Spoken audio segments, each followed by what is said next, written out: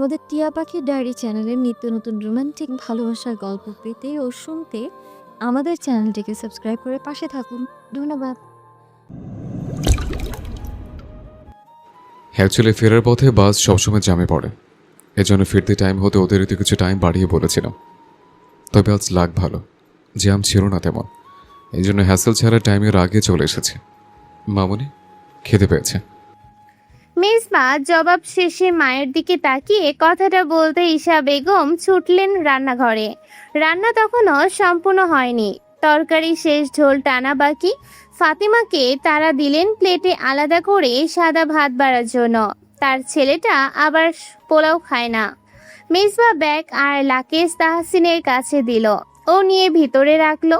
মেজবা আর ভেতরে গেল না, ড্রয়িং রুম সংলগ্ন ওয়াশরুম থেকে হাত মুখ ধুয়ে এসে সোজা ডাইনিংয়ে বসে গেল। ঈশা বেগম নিজে ছেলেকে মুখে তুলে তুলে খাইয়ে দিলেন। এহসানুল হক এসে পাশে বসে হালচাল শুনলেন। এরই মধ্যে তিনি বললেন, আব্বু, আগেই যখন চলে এসেছো তাহলে আজ এই হাটে গেলে ভালো হয়। কুরবানির গরুর হাট তো বেতিকিচ্ছির অবস্থা হবে। আরেকদিন দেরি করলে আমরা এবং 3টার দিকে বের হই, তাহলে সন্ধ্যার আগে আগে গরু কিনে ফিরতে পারবো। আচ্ছা আব্বু, আমি খেয়ে ড্রয়িং রুমে রেস্ট নিচ্ছি কিছুক্ষণ। 3টা বাজে 10 মিনিট আগে ডাক দিও।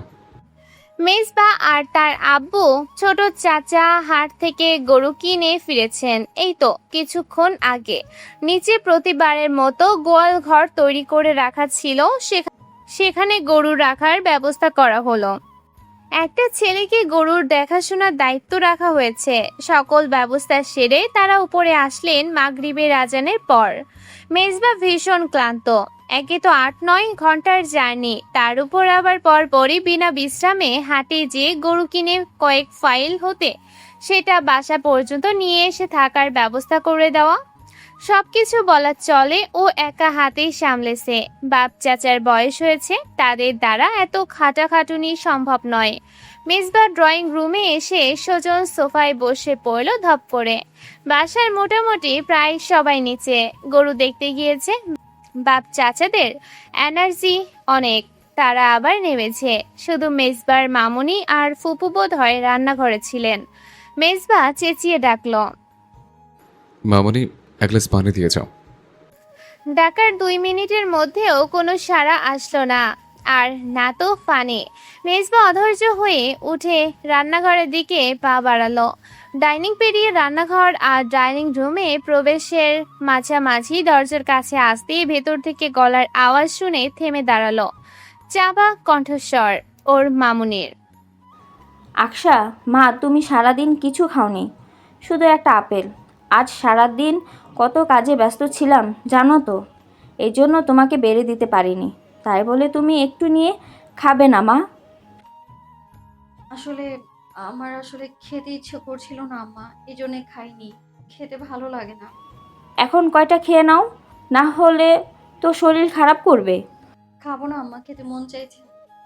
তোমার শ্বশুর আব্বু, মেজবাহ তারা কেউ শুনলেই কিন্তু তুলকালাম হয়ে যাবে। বাড়ির বউ সারাদিন না খাওয়া। পরে খাবো, এখন যাই, কলি কল দিচ্ছে। একটা অজুহাত দিয়ে কোনো রকমে রান্নাঘর থেকে বের হয়ে বাম দিকে পা বাড়ানোর আগে ডান পাশে ডাইনিং রুমের দরজার সামনে মেজবাকে দেখিয়ে বুক ধক করে উঠল আকসার। মেজবা ঠাই দাঁড়িয়ে আছে সেখানে, চুয়াল শক্ত ওর। তার মানে সব কথা শুনেছে। আকসা আতঙ্কিত হলো, এক মুহূর্ত দাঁড়ালো না সেখানে। এক দৌড়ে বিকল্প পথ হতে ডাইনিং পেরিয়ে রুমে চলে গেল। রুমে গিয়ে সঙ্গে সঙ্গে ভেতর হতে দরজা আটকে দিল। তৎক্ষণাৎ বাইরে থেকে একটা ভারী কণ্ঠস্বর শোনা গেল, মেজবার গলা। আকসা, জি। দরজা খোলো। মেজবার ভরা ঠান্ডা কণ্ঠস্বর শুনে ভয়ে গুটিসুটি মেরে ব্যালকনির পর্দার আড়ালে গিয়ে লুকিয়ে পড়ল আকসা। এত ঠান্ডা কেন লোকটা? তার তো এমন বরফের ন্যায় শীতল থাকার কথা নয়। নিশ্চিন্ত ঝড়ের পূর্বাভাস। ও আতঙ্কিত সুরে জোরে চেঁচিয়ে বলল, খুলবো না আমি দরজা। আকসা দরজা খুলতে বলেছে, আর একবারও বলবো না। দরজা আজ আমি কোনো মতেই খুলবো না। ঠান্ডা মাথার হুমকিটা পেয়েও পাল্টা চর জবাবটা দিতে দ্বিধা করলো না আকসা। তৎক্ষণাৎ দরজার ওপাশ থেকে মেজবার কণ্ঠস্বর শোনা গেল। ভালোই ভালো দরজা খুলবে, না হলে আজ নিচে গোয়াল ঘরের ওই গরুটার বদলে আমি তোমার কোরবানি দিয়ে দিব। মেজবার মুখে নিজের কুরবানির কথা শুনে আকসা দ্রুত এগিয়ে গিয়ে চটপট দরজা খুলল। মেজবা দরজা থামে মুষ্টিবদ্ধ হাত ঠেকিয়ে দাঁড়িয়েছিল। দরজা খুলতে দেরি, ওর ভেতরে ঢুকতেই দেরি হলো না। আকসা পাশে সরে দাঁড়াতেই হাত ঠিক করে মেলানো দরজার ছিট কানে টেনে দিল, নব ঘুরিয়ে দিল একই সাথে। ঘুরে আকসার দিকে তাকালেও 2 কদম পিছিয়ে গেল। মেজবার সামনের দিকে এগিয়ে মুখ উঁচিয়ে জিজ্ঞাসা করলো, পেঁচাচ্ছ কেন? হ্যাঁ, জবাবের অপেক্ষায় রইল না ও। প্রশ্নটা করেই হাত বাড়িয়ে আকসার বাহু ধরে ওকে কাছে টেনে নিয়ে আসলো। এতে করে ও জোরপূর্বক আরো বেশি পিছিয়ে গেল। বিছানার কাছাকাছি যেয়ে সেখানে মিশে যেতেই মেজবা এগিয়ে যায়, মুখোমুখি দাঁড়ায়, ওর চোখে চোখ রাখে। আচমকা মেজবা আকসাকে কোলের ওপরে বসিয়ে মুখ টেনে জিজ্ঞাসা করলো, খাওনি কেন? খেতে ইচ্ছে করছে না তাই। Are you mad? একটা মানুষ সারাদিন না খেয়ে কিভাবে থাকে? আমার বাসায় এসব করা যাবে না। এ বাড়ির কোনো বউ সারাদিন না খেয়ে দেখেছে? এমন রেকর্ড আজ পর্যন্ত কোনো দিন তৈরি হয়নি। তাহলে তুমি কেন তৈরি করবে? আকসা কোনো জবাব দিল না।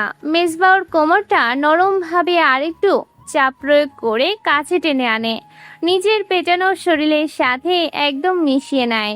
আকসার স্বাভাবিক কোনো প্রতিক্রিয়া নেই, পূর্ণ দৃষ্টি মেলে চেয়ে আছে মেজবার মুখের দিকে। লোকটার সেভ করা মুখমণ্ডল দক্ষ নজরে পর্যবেক্ষণ করছে। মেজবা উৎকণ্ঠা নিয়ে জিজ্ঞাসা করে, কি খেতে ইচ্ছে করছে তোমার? জাস্ট বলো একবার। এই খাবারের ঘাটতি তোমার ঘরে হতে দেব না। আকসা কাট জবাব দিল। কিছুই খাবো না। মেজবা এবার কিছুটা কঠোর হলো, কোমরের হাত গাঢ় এবং ধীর হলো। ভারী গলায় পুনরায় প্রশ্ন করলো, কি খাবে? আপনাকে খাবো।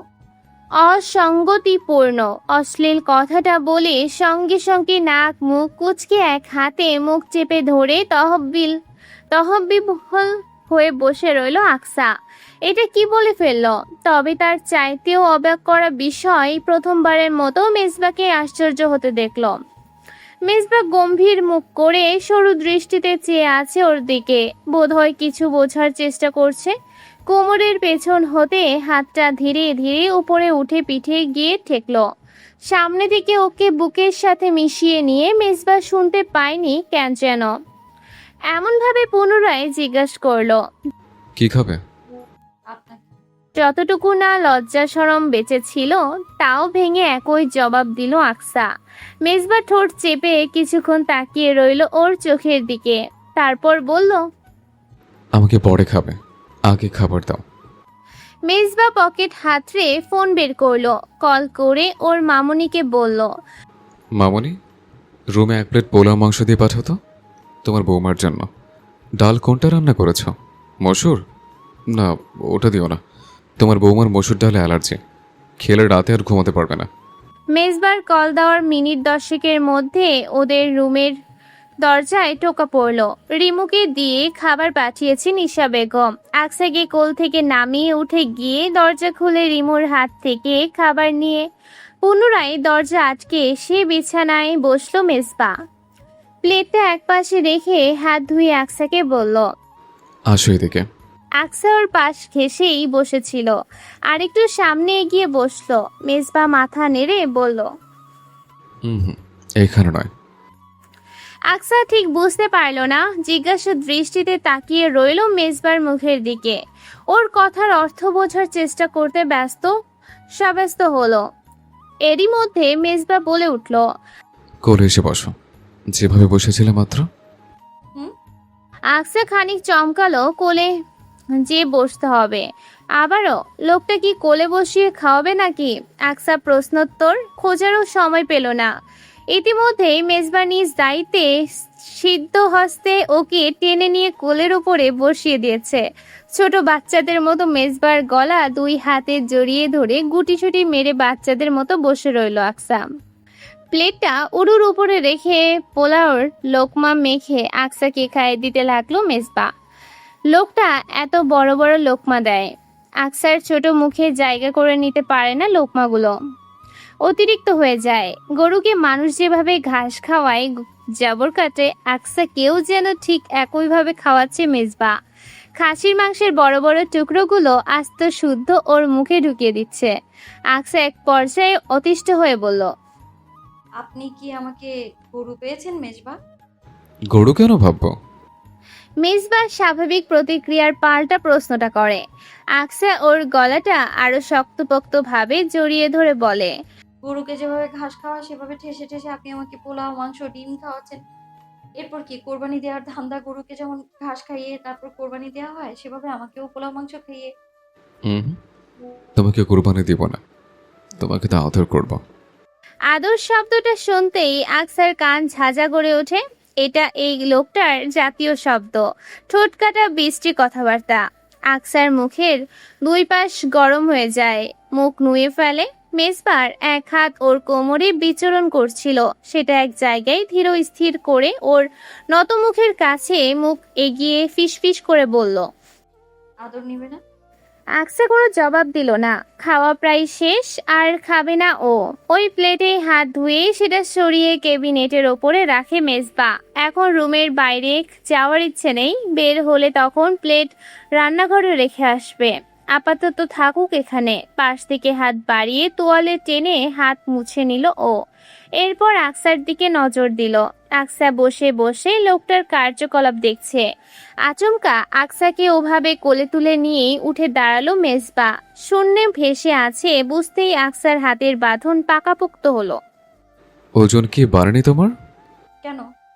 আকসা মেজবার গলা ঝাপটে জড়িয়ে ধরে উৎসুক দৃষ্টিতে চেয়ে প্রশ্নটা করে। মেজবা কপালে ভাঁজ ফেলে একই রকম প্রতিক্রিয়া দেখিয়ে বলে, আগের মতো মনে হচ্ছে এটা বালিশ করে তুলেছে, ফিলই পাচ্ছে না। ফিল? হ্যাঁ, ফিল নিতে চাচ্ছে। কিভাবে নেওয়া যায় বলো তো? আকসা ভেবে পেল না কি জবাব দেবে মেজবাকে। আচানক মেজবা ওকে সোজা ভাবে কোলের আরো উপরে তুলে ঘাড়ে মুখ গুজে বলল। এভাবে ফিল নিতে হয়, বুঝলে? আকসা অস্বস্তিতে কাদা হলো, কুকড়ে গিয়ে মরা গলায় বলল। এসব ঠিক না মেজবা, নামা নামায়। মেজবা ফিচেল হাসলো, ঠোঁট কামড়ে তাকালো আকসার দিকে, চাপা স্বরে বলে, ভুল বলছো? এই ভুল তো এর আগেও বহুবার করেছে। ভুল করেছে বলেই তুমি বাচ্চার মা আর আমি বাবা হচ্ছে, তাহলে এমন ভুল করতে ক্ষতি কোথায়? প্রশ্ন করে জবাবের অপেক্ষা করে না ও। আচানক মুখ এগিয়ে নিজের পুরো ঠোঁট এগিয়ে দেয় আকসার ঠোঁটের দিকে। না, চুমু খায় না, ধারালো দাঁত দ্বারা আলতোভাবে কামড়ে ধরে আকসার নরম ঠোঁটের নিচের পেল্লব। মেজবার পরশ ঠোঁটের কোণে একটা তিল, অদ্ভুত সুন্দর লাগে, দুর্লভ বস্তু। এমন ঠোঁটের কোণে তিল আগে কখনো কোনো ছেলে মানুষের দেখেনি আকসা, মেজবারই প্রথম দেখেছে। আর যতবার মেজবা কাছে আসে, যতবার ঠোঁটে ঠোঁট ঠেকায়, ততবার ওই তিল নজরে পড়ে আকসার। এক ধ্যানেই তাকিয়ে থাকে মেজবার। দারুণ বিশেষত্ব এটা। তবে ওর শরীরে এমন বিশেষ কি আছে? কিছুই নেই। মনে মনে এ নিয়ে চরম আফসোস হচ্ছিল আকসার। হঠাৎ মেজবার ভারী কণ্ঠস্বর। তোমার ঘাড়ের তিলটা সবসময় চুল অথবা ওড়না দিয়ে ঢেকে রাখবে। ওটা দেখার, ওটাকে ছোঁয়ার, ওই তিলে কিস করার অধিকার শুধু আমার। চাই না ওটা দেখে কারো সামান্য কামকথাও জাগুক। তোমার সবকিছুর প্রতি কামক খবর শুধুমাত্র আমি, আর কেউ না। Got it? হঠাৎ দরজায় করাঘাত পড়ল। ভাইয়া ভাইয়া, মামি তোমাকে ডাকছে ড্রয়িং রুমে, জলদি আসো। মেহির ডাক। মেয়েটা ভাই এসেছে শুনে সঙ্গে সঙ্গে চলে এসেছে। ওর আবার ভাই ভক্তি বেশি। মেজবা বলতেই পাগল, অবশ্য হওয়ারই কথা। ছোটবেলা থেকে মেজবা ওকে আর রিমুকে নিজের বোনের মতো কোলে পিঠে করে মানুষ করেছে। তখন এদিকে পাকা রাস্তা ছিল না, গ্রামের মেঠো পথের মতো বাসার সামনে হতে কাঁচা রাস্তা ছিল। বর্ষার দিনে হাঁটু সমান কাদা পানি উঠে বিতিকিচ্ছিরি পরিস্থিতি তৈরি হতো। সেই হাঁটু সমান কাদা পানির মধ্য দিয়ে মেজবা প্রথমে রিমুকে কাঁধে নিত। এরপর কিছু দূরে মিহিদের বাসায় যেয়ে ওকে নিয়ে দুজনকে রিকশায় দুই পাশে বসিয়ে স্কুল পর্যন্ত এগিয়ে দিয়ে আসতো। ছুটি দেওয়ার ঘন্টা আধেক আগে স্কুলের সামনে যেয়ে দাঁড়িয়ে থাকতো। ওদের ছুটি হলে তারপর দুজনকে নিয়ে ফিরতো। মেয়েকে ওর বাসায় দিয়ে রিমুকে নিয়ে আসতো। কখনো সামান্য অভিযোগও করতো না। অবশ্য ও নিজেই দায়িত্ব নিয়েছিল মিহি আর রিমুকে স্কুলে নিয়ে যাওয়ার। এরপর যখন তাহসিন আরেকটু বড় হলো তখন ওর দায়িত্ব নিল। সে সময় মেজবার বয়স কত ছিল? এই 16-17 হবে। আর মিহি রিমুরা সবাই তখন ছোট, প্রাইমারিতে পড়তো এরা। ভাইকে খুব কাছ থেকে দেখেছে। অন্যান্য ভাই বোনদের তুলনায় মেজবার আদর স্নেহ বেশি পেয়েছে। এই কারণে এরা ছোটবেলা থেকে রীতিমতো মেজবা ভক্ত হয়ে উঠেছে।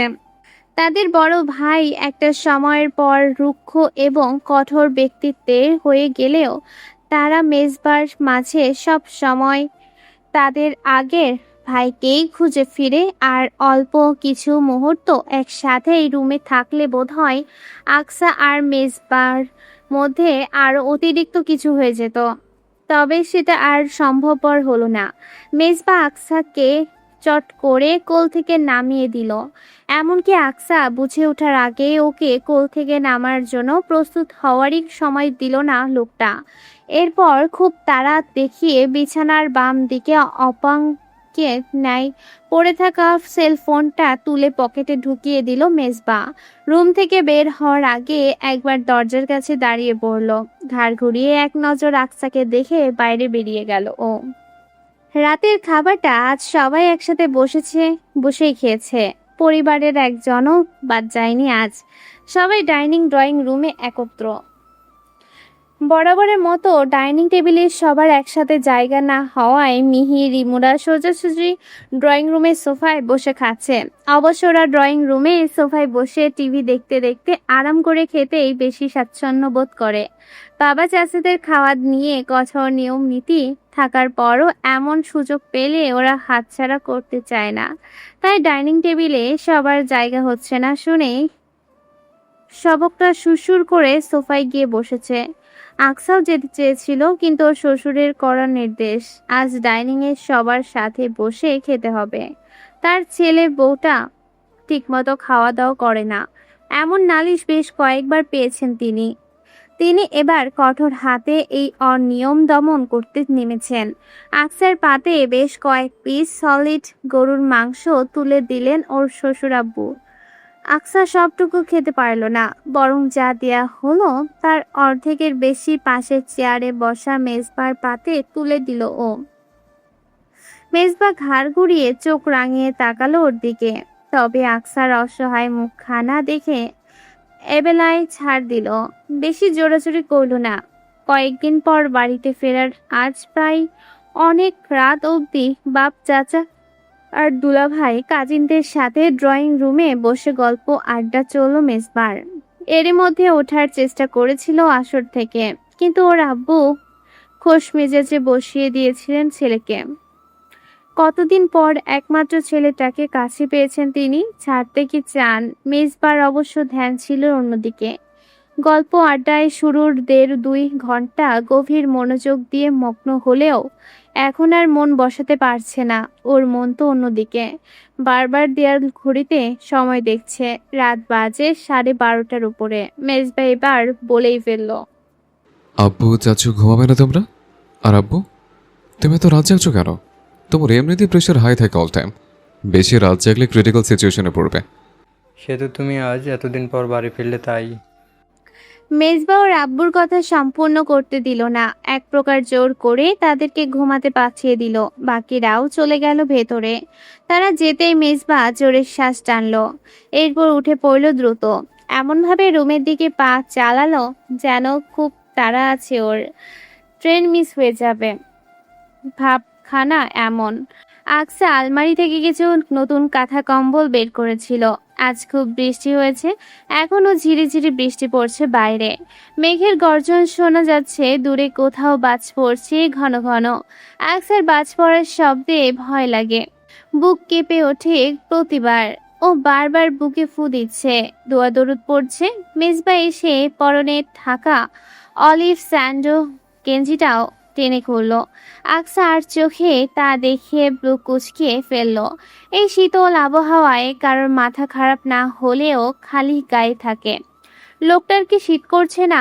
আকসার মনে প্রশ্নটা এলো, তবে মুখে আনলো না। মেজবার বিছানার ওপর এক প্রকার লাফিয়ে পড়ে বিছানা তছনছ করে আরাম করে আজ শোয়া হয়ে ফোন স্ক্রল করতে করতে ওকে জিজ্ঞাসা করলো, ব্ল্যাঙ্কেট বার করছো কেন? কি করবে? মাথায় দেব। জবাবটা শুনে মেজবা সরু চোখে তাকালো আকসার দিকে। আকসার নাকের ডগা লাল, বেশ রেগে আছে মনে হচ্ছে। মেজবাকে ওভাবে তাকিয়ে থাকতে দেখে আকসা পুনরায় বলল, ব্ল্যাঙ্কেট দিয়ে মানুষ কি করে জানেন না, তাই করব। ওহো, আকসা ঘুমাবে ভেবে মেজবা দখল করে রাখা পুরো বিছানার এক পাশ ছেড়ে দিয়ে শুলো। কিন্তু যা ঘটলো তা ওর কল্পনাতীত। মেজবাকে চরম আশ্চর্য করে দিয়ে আকসা বালিশ ফ্লোরে রাখলো। তারপর সে বালিশে মাথা রেখে ঠান্ডা ফ্লোরেই শুয়ে পড়ল। আকসাকে ফ্লোরে শুধু বালিশ পেতে ঘুমাতে দেখে মেজবা নিচে নেমে ওর কাছে গেল। উল্টো দিক হাত ঘুরিয়ে নিজের দিকে ফেরালো ওকে। উৎকণ্ঠিত স্বরে জিজ্ঞাসা করলো, কি ব্যাপার? ফ্লোরে ঘুমাচ্ছ কেন তুমি?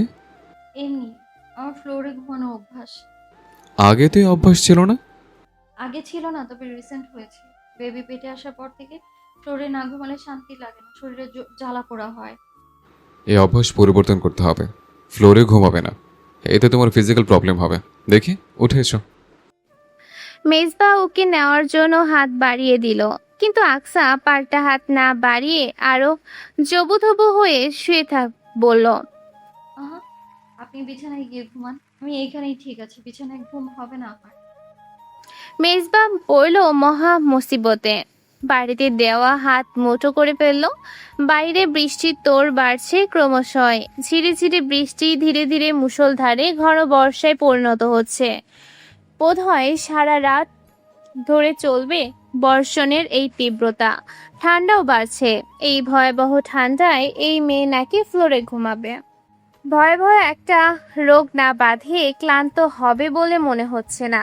মেজবা ঠোঁট চেপে নিজের রাগ নিয়ন্ত্রণ করে নিল। আকসা চোখ বুঝেছে সবে। এরই মধ্যে একটা অপ্রত্যাশিত ঘটনা ঘটল। অনুভব করলো কাত হয়ে শুয়ে থাকা ওর কোমরে একটা শক্তপোক্ত হাত সাপের ন্যায় পেঁচিয়ে ধরেছে। শক্তিশালী হাত, কিছুটা গরম। আকসা শরীর নাড়ালো না। মুখ ঘুরিয়ে দেখলো মেজবা শুয়ে আছে ওর পাশে। মেজবার মুখ ওর ঘাড়ের ওপরে, গরম নিঃশ্বাস পড়ছে ওর ঘাড়ে গলায়। আরাম ঠেকছে বেশ। আকসা নড়াচড়া করলো না, চুপ করে শুয়ে রইল। মেজবা বিছানায় অপর থেকে একটা কাঁথা টেনে দুজনের গায়ে জড়িয়ে নিল। এখন ওরা কাঁথার নিচে। মেজবার হাত আকসার পুরো শরীরে বিচরণ করছে। আকসার নীরবতা ভেঙে মেজবার উদ্দেশ্যে প্রশ্ন করলো, আপনি নিচে এসে ঘুমাচ্ছেন যে, বিছানায় যেয়ে ঘুমান। তুমি ফ্লোরে ঘুমালে আমার পেছনে ঘুম হবে? আকসা চুপ হয়ে গেল। এ কথার বিপরীতে আর কি বা প্রশ্ন করবে ও? দীর্ঘ আধ ঘন্টার মতো দুজনে কাঁথার নিচে চুপচাপ শুয়ে রইল। সামান্য ইঞ্চি খানিকের দূরত্ব হবে বোধহয়। মেজবার চোখ লেগে এসেছিল প্রায়।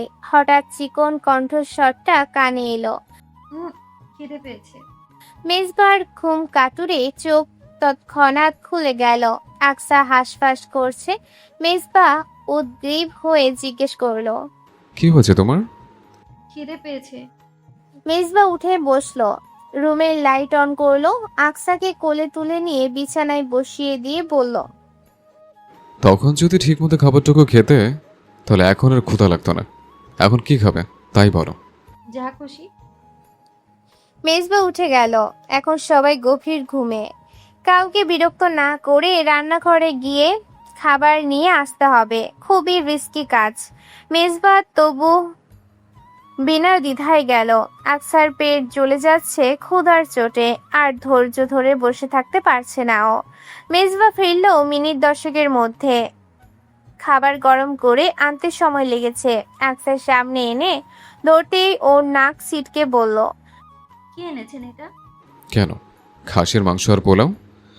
সরান, আগে এটা সরান, বমি আসছে আমার উপর। মেজবা দ্রুত প্লেট সরিয়ে দিল, সরু চোখে তাকিয়ে রইল আকসার দিকে। এরপর বলল, খাসির মাংস পেলাম ফ্রিজে। খাসির মাংস খেতে পারি না ইদানি, অন্য কিছু আনুন। অন্য আর কি আনবো? ফ্রিজে রান্না করা আর তেমন কিছু নেই। শিট, চিন্তায় ফেলে দিলা। আকসা আর্তনাদ করতে করতে বলল, জানি না, কিছু একটা নিয়ে আসুন না, অনেক খিদে পেয়েছে আমার, মনে হচ্ছে খিদের চোটে মরেই যাব। চুপ। শেষোক্ত বাক্য উচ্চারণ করার সাথে সাথে ধমকটা খেলো আকসা। ও চুপসে গিয়ে বলল, চিপস আছে ওয়ার্ড্রোবের মধ্যে, চিপস খাই তাহলে। না, আনহাইজেনিক ফুড খাওয়া যাবে না। তাছাড়াও চিপস খেলে ক্ষুধা কমার বদলে আরও বাড়বে। তুমি আধা ঘন্টার মতো একটু কষ্ট করে ওয়েট করতে পারবে সোনা, প্লিজ? আকসার কাঁধে হাত রেখে প্রশ্ন করলো মেজবা। আকসা ছলছল চোখে তাকিয়ে বলল, আচ্ছা করছি, আপনার ফোনটা দিয়ে যান, ড্রামা দেখবো। আমার ফোনে চার্জ নেই। মেজবার ফোনের লক খুলে আকসার হাতে ফোন দিয়ে রুম থেকে বেরিয়ে গেল। আকসা ফোন নিয়ে ড্রামা দেখতে ব্যস্ত হলো। ড্রামায় মনোযোগ দেওয়ার পেটের জ্বালা পোড়াটা কিঞ্চিত কমলো। মেজবা ফিরল ঠিক আধা ঘন্টা পর। দরজায় টান পড়তেই আকসা ফোন রেখে সামনে তাকিয়ে অবাক হলো। স্বয়ংক্রিয়ভাবে ওর গাল হা হয়ে গেল। মেজবার হাতে একটা বড় ট্রে, কাছে এগোতেই বোঝা গেল ট্রেতে প্লেট আর বোল রাখা। মেজবা এগিয়ে এসে ট্রে রাখলো বিছানার ওপর। আকসা অবাক হয়ে দেখলো ট্রেতে কাচের প্লেট, প্লেটে chicken manchurian, fried rice, chinese, vegetable আর এক পাশে গরুর মাংস। কিন্তু গরুর মাংসটা দেখতে ভিন্ন রকম। আকসা কৌতূহল নিয়ে দেখতেই মেজবা বলল, ওটাকে গরুর ঝুরা মাংস বলে। আকসার চোখ কপালে। ও অবাক হয়ে জিজ্ঞাসা করলো, এইসব আপনি রান্না করেছেন? এই স্যুপটাও? হ্যাঁ, আমি রান্না করেছি তোমার জন্য।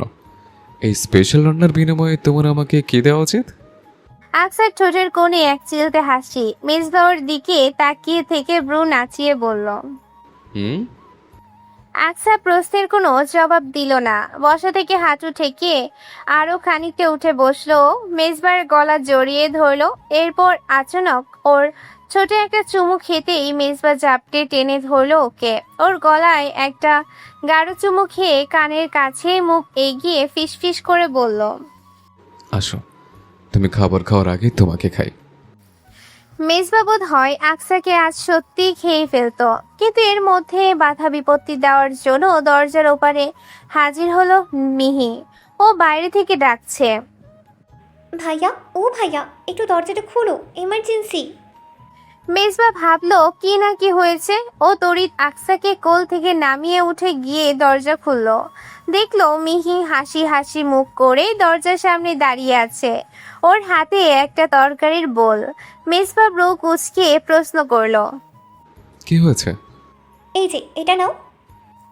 মেজবার দিকে তরকারির বোল এগিয়ে দিল মিহি। মেজবা বোলটা হাতে না নিয়ে আগে জিজ্ঞাসা করলো, এটা কি? গরুর কলিজার ভুনা, মামি দিয়ে পাঠালো। রাতে রান্না করেছে এটা, বললো ভাবি নাকি খায়নি, এই জন্য ভাবির জন্য পুরোটা পাঠিয়ে দিল। ভাবি নাকি গরুর কলিজা ভুনা অনেক পছন্দ করে। তোর ভাবি গরুর কলিজা না, আমার কলিজা খেতে বেশি পছন্দ করে। মিহি কথাটা ঠিক মতো শুনতে পায়নি। কিছু বললি ভাইয়া? না, তুই ঘুমোতে যা এখন। আর শোন, মিহি যাওয়ার জন্য পা বাড়াতে গিয়ে দাঁড়িয়ে পড়ল। মেজবাহ বলল, তোর ভাবের জন্য এই খাবারগুলোই এনাফ। ও আর এইসব কোনো খাবার খাবে না, অন্য খাবার খাবে। আর কোনো কিছু নিয়ে আসার প্রয়োজন নেই। আমাদের কোনো প্রয়োজন হলে নিয়ে নেব। যা ঘুমা। মিহি চলে গেল। আকসা পানি খাচ্ছিল। মিহিকে মেজবাহ যখন বলেছে ও অন্য খাবার খাবে। তখনই কথাটা শুনে আকসা বিষম খেয়েছে। অন্য খাবার বলতে যে মেজবা কি মিন করেছে সেটাও ভালোভাবেই বুঝেছে। মেজবা এসে কলিজা ভুনার বোলটা রাখলো বেডসাইড টেবিলে। এমন অবস্থায় খুব বেশি খাওয়া যাবে না, এজন্য আকসার প্লেটে বাকি খাবারের পাশে এক চামচের মতো কলিজা ভুনিয়া উঠিয়ে দিল মেজবা। এরপর আকসাকে নিজের দিকে ঘুরিয়ে বসালো। বড় এক একটা লোকমা করে করে আকসাকে খাইয়ে দিতে লাগলো। আর আকসাও বাধ্য মেয়ের মতো চুপচাপ খাবার খেলো। মেজবা আকসাকে খাওয়াতে ব্যস্ত। এরই মধ্যে আকসা হঠাৎ বলল, আমি বাপের বাড়ি যেতে চাই। বাপের বাড়ি যেতে চাও মানে? মেজবা হাত থামিয়ে অরু চোখে তাকায় ওর দিকে। আকসা স্বাভাবিক জবাব দেয়, সারাদিন বাসায় থাকছি, ভালো লাগে না আমার ঘরবন্দি থাকতে। ঈদের মধ্যে কিছুদিন বাবা বাড়ি যে বেরিয়ে আসতে চাচ্ছি আমি। আচ্ছা, যেও। পারমিশন নেওয়ার মতো কোনো বিষয় না। আমি চট্টগ্রামে ফিরি, তারপর না হয় যেও। 2 দিন লেট করে যাও। আমি সবসময় এখানে থাকি না, এতদিন পর ফিরেছে। আবার কবে আসবো আই ডোন্ট নো।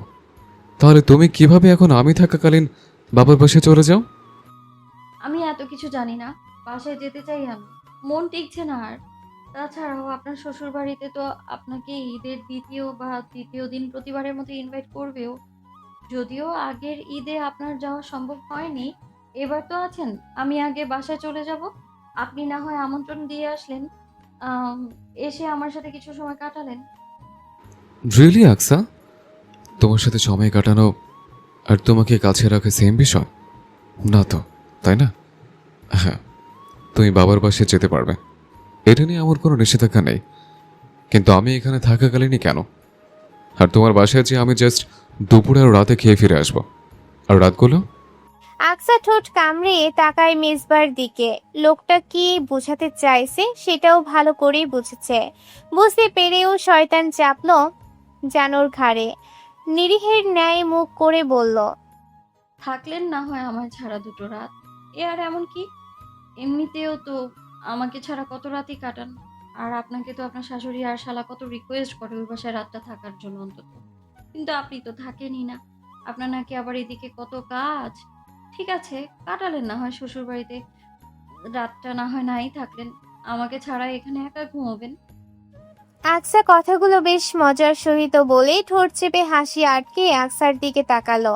এতক্ষণ নিতান্তই ভদ্র বেশে বসে থাকা লোকটাকে এখন উচ্ছৃঙ্খল মনে হলো ওর। চোয়াল শক্ত করে চেয়ে আছে আকসার দিকে। হাত মুষ্টিবদ্ধ দেখে আকসা অসহায়ের ন্যায় প্রশ্ন করে, মারার ইরাদা আছে নাকি? নেই, তবে তোমার ঘাড়ে থাকা খারাপ জিনটার কথা আসলে আছে। আমার ঘাড়ে খারাপ জিন আছে? আমার ঘাড়ে? মেজবাকে রাগাতে যেয়ে আকসা নিচে রেগে গেল। হাঁটু থেকে উঠে এগিয়ে গেল মেজবার দিকে। ওর চুল টেনে ছেঁড়ার চেষ্টা করতে করতে চেঁচামেচি করে বলতে লাগলো, বলুন, আমার ঘাড়ে খারাপ জিন আছে কিনা, সাহস থাকলে বলুন। মেজবা নিজেকে ছাড়ানোর চেষ্টা করতে ব্যস্ত হলো। চাপা স্বরে বলল, নিজেই দেখো তোমার ঘাড়ে খারাপ জিন আছে কিনা। দেখেছ, জিনটাকে মারবে বলেছে বলে সে চেতে গেছে। মারামারির এক পর্যায়ে আকসাকে টেনে নিজের শরীরের নিচে শুয়ে দিল মেজবা। দুহাত চেপে ধরে ওকে আটকালো। আকসার মেজবার শরীরের নিচে যে সমানে ফুঁসতে লাগলো। ওকে রাগে ফুঁসতে দেখে মেজবার মুখ এগিয়ে ওর খাওয়া ঠোঁট জোড়া ওর গলায় চেপে ধরলো। আকসা মোস্টামুষ্টি করা শুরু করলো। মেজবার পিঠে কিল ঘুষি বসিয়ে দিয়ে বলল, ছাড়ো না আমায়, না ছাড়লে কিন্তু চেঁচামেচি করে সবাইকে ডেকে নিয়ে আপনার মান সম্মান সব খেয়ে দেবো। মেজবা তৎক্ষণাৎ মুখ উড়িয়ে ওর দিকে তাকিয়ে ধিক্কার জানিয়ে বলল, ছি, খেয়ে দেবো, এসব কেমন ভাষা? কার কাছ থেকে শিখেছো এসব? আমি কিছুদিন নেই, তাতে আমার অবনতি? আকসা ওর মুখ ভেঙচি দিল। বলো, কে শিখেছে এসব? হ্যাঁ, অসভ্য তুমি শিখেছো কার কাছ থেকে? নিজে বলে কিছু না, আমি বললেই যত দোষ। মেজবার প্রশ্নের সোজা সাপটার জবাব না দিয়ে আকসা অন্যদিকে মুখ ঘুরিয়ে রেখে আরো একটা মুখ ভেঙচি কেটে বিড়বিড় করে কথাটা বলতেই মুহূর্তের মধ্যে মেজবা ওর গাল 2 হাতে চেপে ধরে ঠোঁটে ঠোঁট মিশিয়ে নিল। ঠোঁট কামড়ে ধরে বলল, ধরো আমি মাঝরাস্তায় দাঁড়িয়ে গায়ের শার্ট খুলে ফেললাম, তুমি কি সেটা পারবে? আকসার জবাব দেওয়ার উপায় নেই।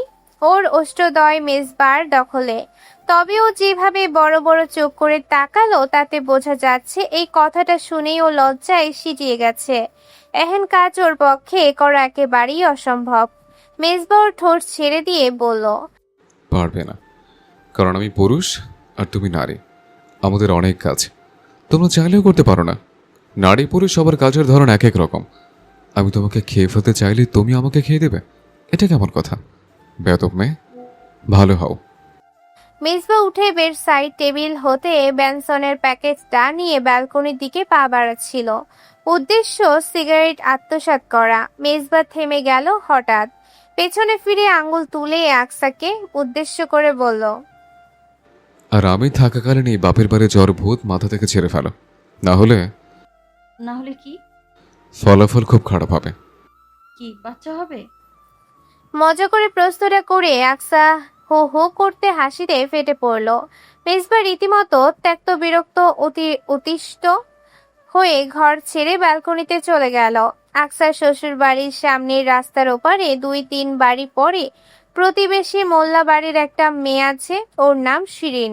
শিরিন আজ সকালে এসেছে এ বাড়িতে। ও বাড়ির সবাই প্রায় এ বাড়িতে নানান কাজে বা দাওয়াত অনুষ্ঠানে আসলেও শিরিন কখনো আসে না। এখনো পর্যন্ত খুব একটা তো দেখেনি আকসা। শিরিনকে দেখিয়ে মিহি আজ আকসার কানে কানে বলেছে, জানো ভাবি, এই শিরিনটা না হিব্বি চালাক আর অ্যাডভান্স টাইপের মেয়ে। আমাদের মেজবা ভাইয়াকে পছন্দ করতো। ঘটক জন্মাদার তো বছর কয়েক আগেই একবার ভাইয়ার জন্য শিরিনের সম্বন্ধ নিয়ে এসেছিল, কিন্তু প্রতিবেশী বলে আর নানান দিক চিন্তাভাবনা করে মামা নাকচ করে দিয়েছিল সেই সময়। তাছাড়া ভাইয়াও তখন বিয়ে করতে চায়নি। আমি বুঝি না, দুনিয়াতে এত মেয়ে থাকতে জন্মাদার কাকু শিরিনের সম্বন্ধই কেন নিয়ে আসছিল ভাইয়ার জন্য? কাহিনী তো কিছু একটা ছিল। মিহির কথাগুলো শোনার পর থেকেই আকসা শিরিনকে বাঁকা চোখে দেখছে। মেজবাকে পছন্দ করত, ওর নাম ঘটক মেজবার জন্য বলেছিল। সচরাচর এই বাসায় আসে না, আবার যতবার মেজবা বাসায় ফেরে তখনই শিরিনকে দেখা যায়। আকসার ষষ্ঠ ইন্দ্রিয় নাড়া দিল। বাসার সামনের খোলা বারান্দায় বসা সবাই কাজবাজ করছে, ঈদের প্রস্তুতি চলছে, একই সাথে গল্প গুজবও। শিরিনের মা, চাচি, আকসার শাশুড়ি, চাচি শাশুড়িদের সাথে গল্প করতে ব্যস্ত। শিরিন এতক্ষণ এক কোণ বসেছিল একটা টুলে।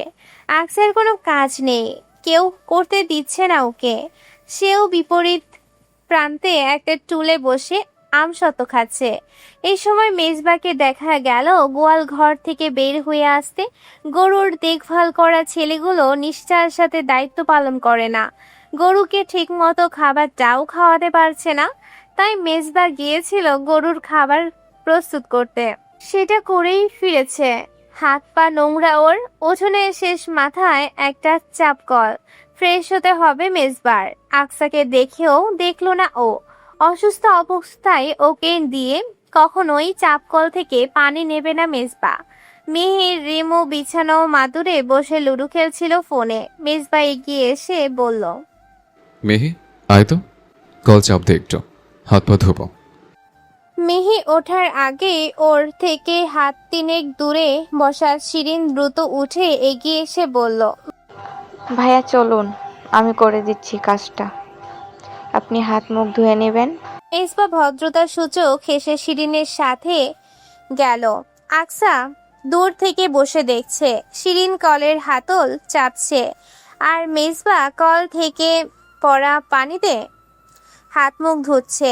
আকসার হাতের মুঠোয় থাকা আমসত্ত্ব গুটি দুমড়ে মুচড়ে গেল।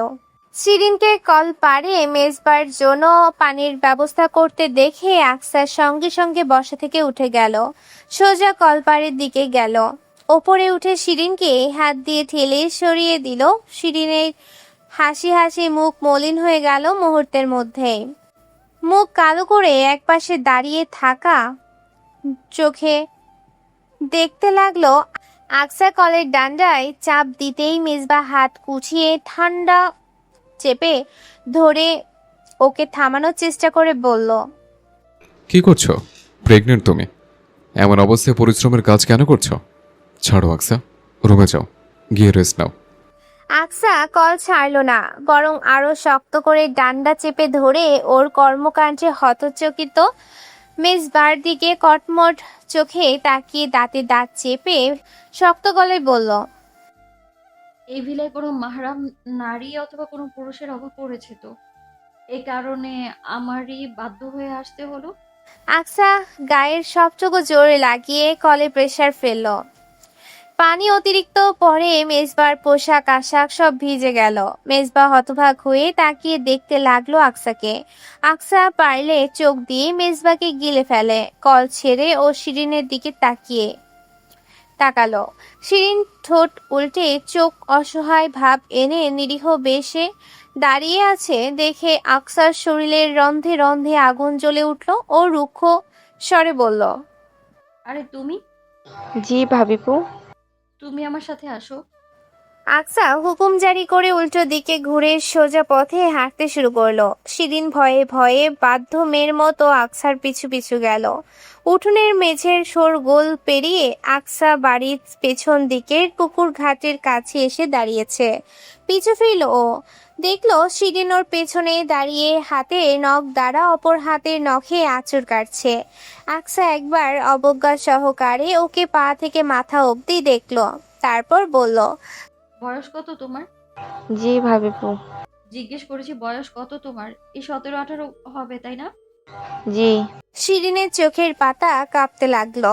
আকসা একই রকম শান্ত স্বরে বলল, এই বয়সে অন্যের স্বামীর দিকে চোখ? এখনো সারাটা জীবন তো পড়েই আছে। মানুষের স্বাভাবিক আয়ু 60 থেকে 70 বছর। অর্থাৎ বলা চলে তোমার জীবনের এখনো 40 বছর পার পড়ে আছে। এই 40 বছরে কত বিবাহিত পুরুষের দিকে নজর দেবে তুমি? হিসেব কি করে রেখেছো, নাকি আমি করে দেব? শিরিন যেন বুঝতে পারেনি আকসার কথা। এমন নিরীহ বেশে আকসার দিকে তাকিয়ে বিড়বিড় করে বলল, আপনি কি বলছেন আমি ঠিক বুঝতে পারছি না ভাবিপু। সঙ্গে সঙ্গে শিরিনের গালে পড়ল একটা বিরাশি সিক্কির থাপ্পড়। শিরিন হতভম্ব হয়ে গালে হাত দিয়ে ভয়ার্ত চোখে তাকালো আকসার দিকে। আকসা এবার গলার জোর কিছুটা বাড়িয়ে দাঁতে দাঁত পিষে বলল, বোঝো না তুমি? ন্যাকা সাজো। অন্যের স্বামীর দিকে কিভাবে নজর দিতে হয় সেটা তো খুব ভালো করেই বোঝো। তাহলে খাঁটি বাংলায় বলা কথা বুঝতে এত কষ্ট হচ্ছে কেন? কি খুকি তুমি? নতুন করে বাংলা বর্ণমালা শিখিয়ে দিতে হবে তোমায়? শিরিন একদম চুপ, বোবা বনে গেছে যেন। মুখ থেকে একটা রাও বের করতে হলো না ওর। আকসা বলতে লাগলো, ভেবেছো কি আমি প্রেগনেন্ট বলে আমার স্বামী আমার কাছে শারীরিক ফায়দা না পেয়ে অন্য নারীর প্রতি আকৃষ্ট হবে? তবে একটা কথা কান খুলে শুনে রাখো, আমি যদি কোনোদিন প্যারালাইজডও হয়ে যাই সারা জীবনের জন্য, তবুও মেজবা ইফতেখার আমি ব্যতীত পৃথিবীর কোনো মেয়ের দিকে নজরটাও দেবে না ইনশাআল্লাহ। এতটুকু বিশ্বাস আমার ওনার উপর আছে। আর তুমি ছ্যাঁচড়া ব্যক্তিত্বহীন মেয়ে মনে করেছো? আমি প্রেগনেন্ট বলে আমার স্বামী তোমার দিকে খেয়াল করবে? ও বোকা মেয়ে। উনি তোমায় জাস্ট একটা হেল্প করতে বলেছে, বোনের দৃষ্টিতে দেখে তোমাকে। আর তুমি তাকে কোন নজরে দেখছো? আশিকের নজরে? থাপড়ে থাপড়ে গাল লাল করে দেবো, বেয়াদব নির্লজ্জ মেয়ে। আর যদি কখনো আমার স্বামীর আশেপাশে তো দূর, তার ছায়াও তোমায় মারাতে দেখি না, তাহলে ধরে মাথা ন্যাড়া করে দিব, একদম খোল খাইয়ে গাধার পিঠে উঠিয়ে পুরো শহর ঘোরাবো আমি। এখন যাও চোখের সামনে থেকে, বেয়াদব। শিরিন দৌড়ে পালালো সেখান থেকে। আকসা ধীরে সুস্থে বের হলো বাড়ির পেছন থেকে। মেজবা উঠোনেই ছিল। আকসা আসতেই মেজবার সামনে পড়লো। মেজবা ওকে দেখে জিজ্ঞেস করলো, ওদিকে কি করছিলে? আকসা জবাব দেওয়ার পরিবর্তে গম্ভীর গলায় বলল, রুমে আসুন। রুমে আসুন। কথাটা বলেই আকসা গটগট পায়ে গেটে হেঁটে বাড়ির ভেতরে চলে গেল। মেজবা চিন্তিত ভীষণ। হঠাৎ কি হলো মেয়েটার? আকসা রুমে আসার মিনিট 2-3 মধ্যেই মেজবাও আসলো।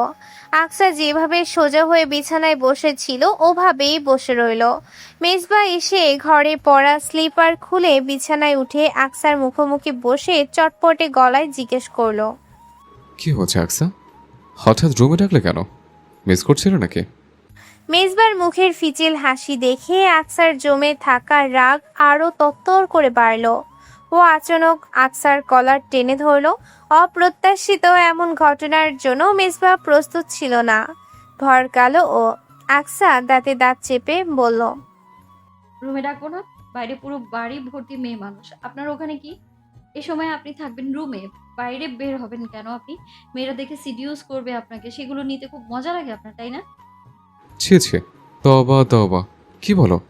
বাইরের সবাই আমার মা বোনের মতো, সবাইকে আমি সেই চোখেই দেখি। আল্লাহ জানেন আমার মনে কোনো বাজে চিন্তা ভাবনা নেই।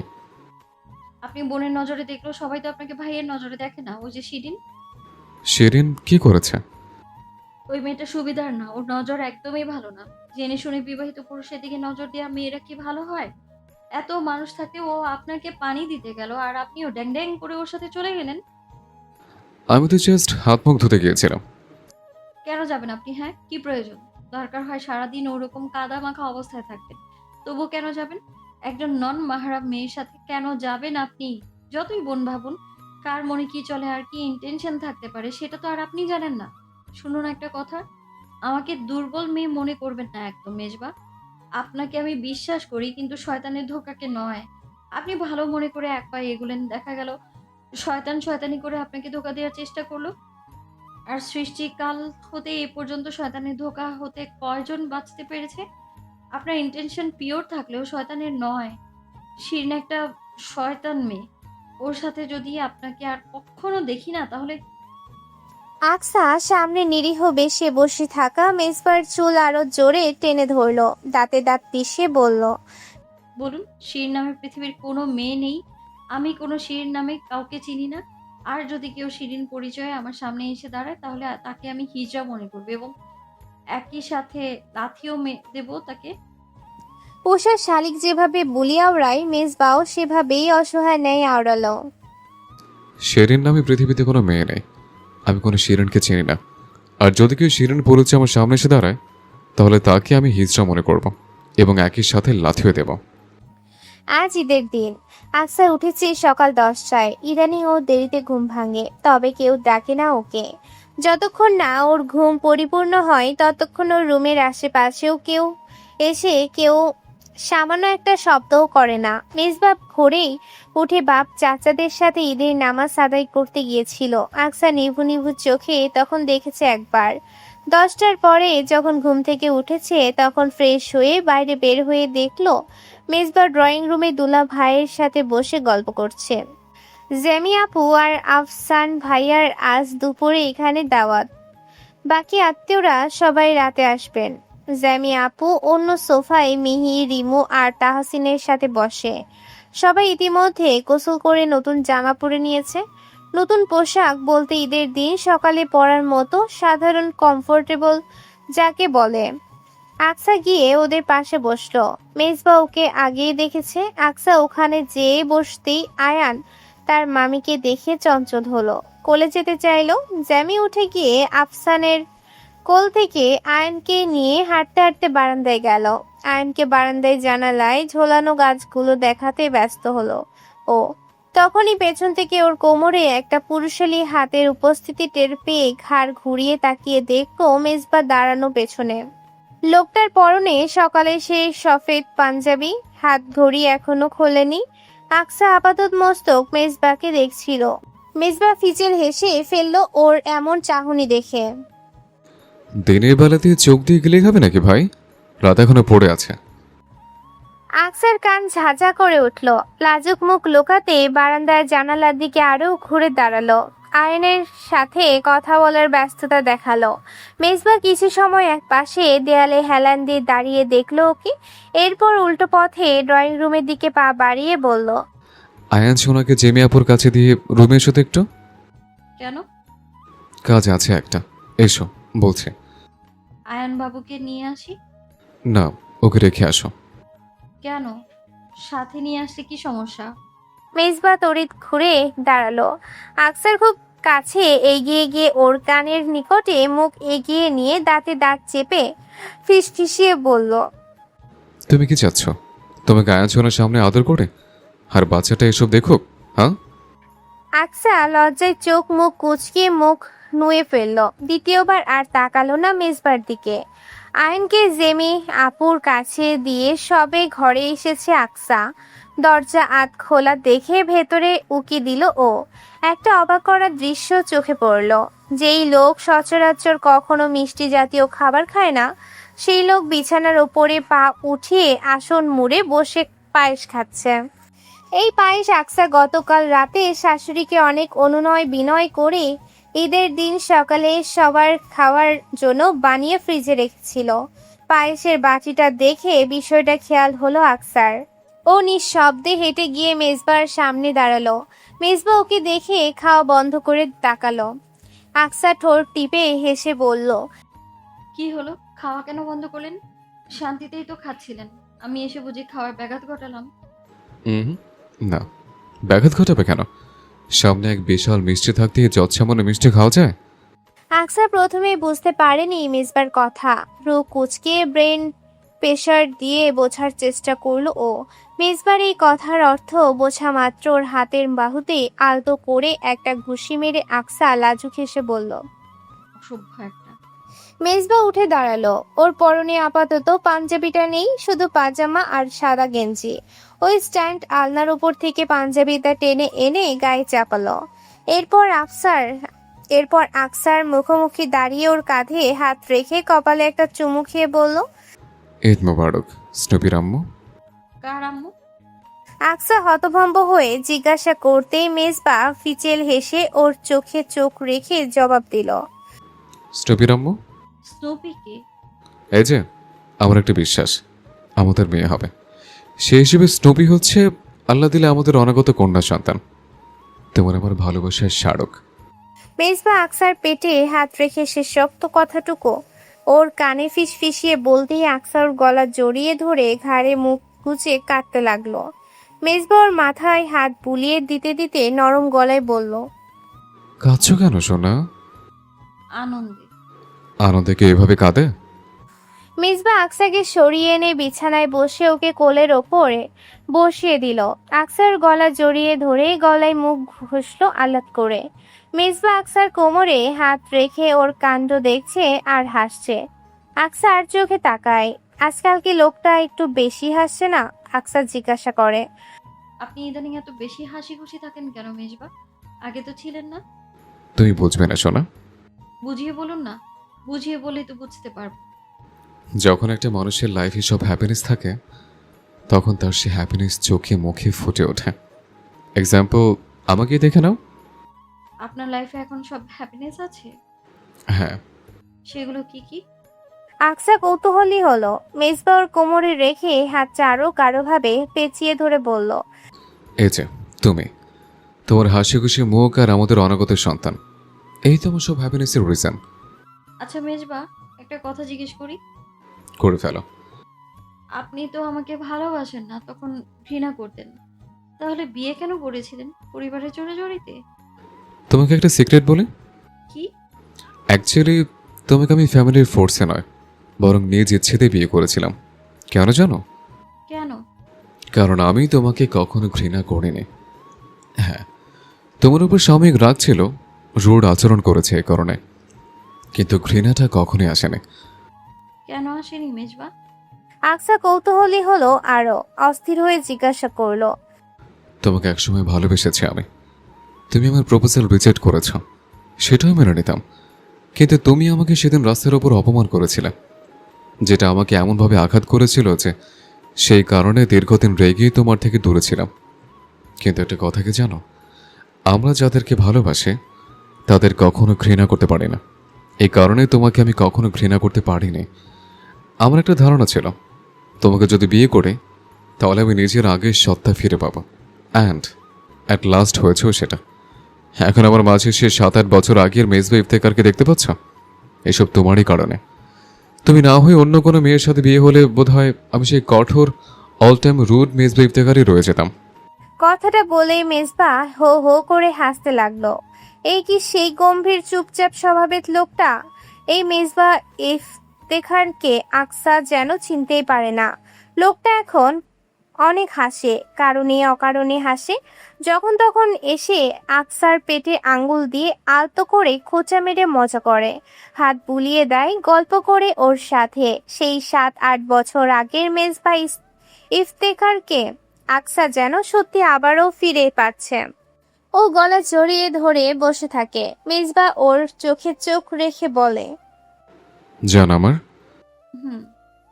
আকসা লাজুক হয়। মেজবা ওর কপালে আবারও চুমু খেয়ে বলে। তোমাকে এবার ক্যান্টনমেন্টে নিয়ে যাব, আর দূরে ডাকবো না। এই সময় তোমার আমাকে সবচেয়ে বেশি দরকার, আর আমি মেজবা ইফতেখার তোমার এই প্রয়োজন অবশ্যই মেটাবো। আকসা শক্ত করে জড়িয়ে ধরে রাখলো মেজবাকে। ওর বুকে মুখ গুছলো। মেজবা একটু ঝুঁকলো। আকসার মুখ উঠিয়ে থুতনি ধরে বলল। পরের ঈদগুলো আমরা আমাদের সন্তানকে নিয়ে পালন করব, কেমন? আকসার ঠোঁটের কোণে মৃদু হাসি ফুটলো। ওকে হাসতে দেখে মেজবার ঠোঁটের হাসিও চওড়া হলো। ও আরেকটু ঝুঁকে এজাজত চাইতে বলল। ঠোঁট একটা চুমু খাই স্টপির আম্মু। গল্পটা কেমন হলো সবাই কমেন্টে জানাবেন কিন্তু। আর পরবর্তী গল্পের জন্য অপেক্ষা করবেন, খুব তাড়াতাড়ি আসবে নতুন কোনো গল্প। এই অবধি আমাদের পাশেই থাকবেন। ধন্যবাদ।